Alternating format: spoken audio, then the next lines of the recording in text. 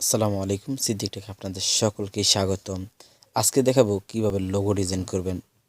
তার আগে সকলের কাছে ছোট্ট একটা রিকোয়েস্ট, আমার চ্যানেলে নতুন হলে চ্যানেলটি সাবস্ক্রাইব করে পাশে থাকা বেল বাটনটি বাজিয়ে দিন।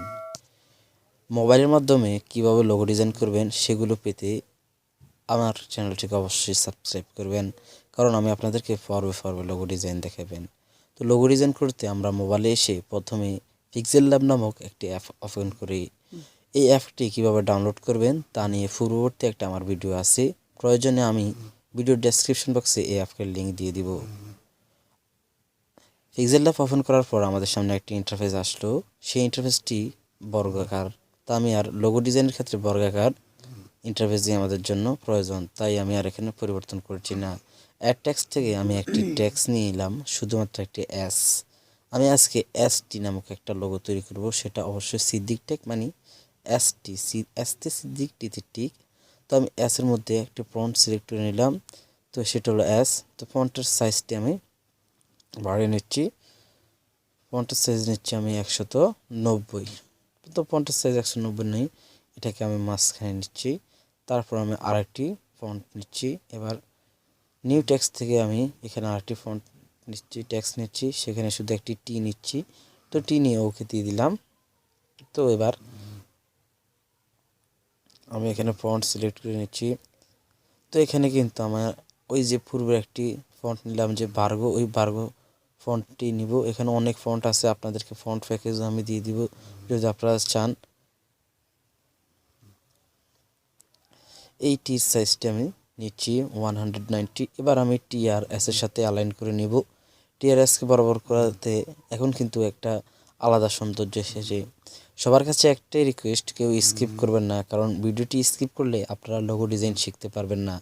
ভিডিওর মাঝখানে অনেক টুলস সম্পর্কে আপনারা ধারণা পাবেন, সেই টুলসগুলো কীভাবে ব্যবহার করবেন সেটাও আপনারা জানতে পারবেন।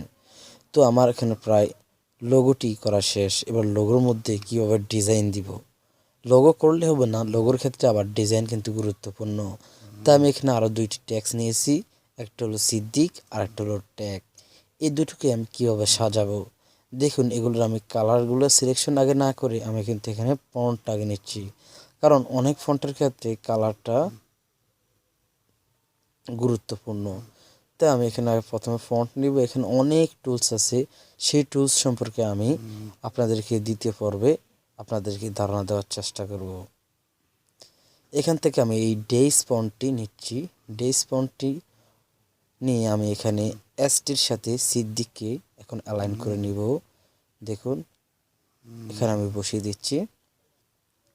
দেওয়ার পর আমি এখানে নিচের যে ট্যাগটি আছে, এখানে আমি কিন্তু সাইজটি কত দিয়েছি সেটা আগে দেখে নিই। এখানে সাইজ আমি দিয়েছি 46। তো তাই আমি নিচের ট্যাগের মধ্যেও সাইজটি এরকমই দিতে চাই, যদিও আর একটু এক বেশি দিলে সম্ভবত ভালো হবে।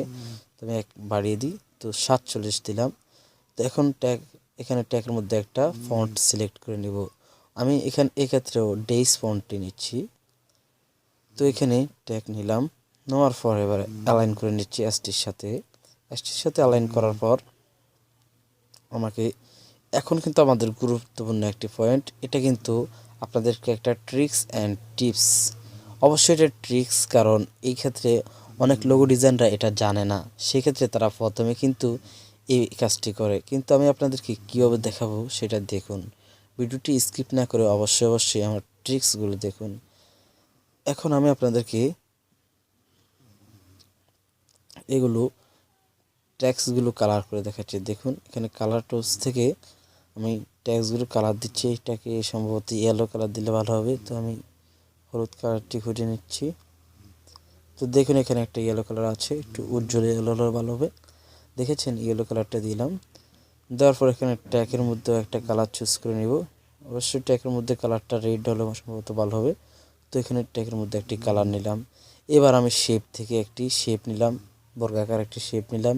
শেপটি এটার উপরে দিব। এটার উপর দিয়ে এই শেপকে আমি কীভাবে পেছনে দিব, এখানে আমি প্রথমে টিক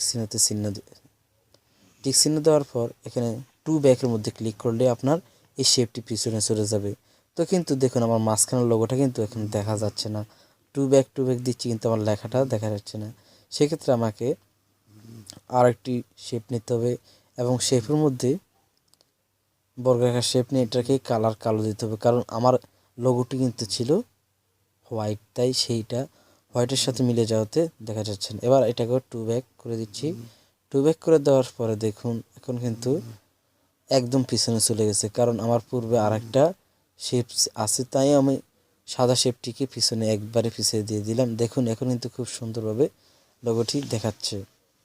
তো দেখুন লোগো কিন্তু একটা সৌন্দর্য চলে এসেছে। আর এটা কিন্তু এই লোগোটা কিন্তু খুব সাধারণ একটা লোগো। আমি দ্বিতীয় পর্বে আরেকটু অ্যাডভান্স লেভেলের লোগো দেওয়ার চেষ্টা করব। প্রথমে যারা বেসিক লোগো শিখতে চান তারা এই ভিডিওটি দেখবেন। দেখুন একটা লোগো এখন কিন্তু হয়ে গেছে। তো বেসিক লোগো শিখতে পারলে কিন্তু আমরা অ্যাডভান্স লেভেলে যেতে পারবো।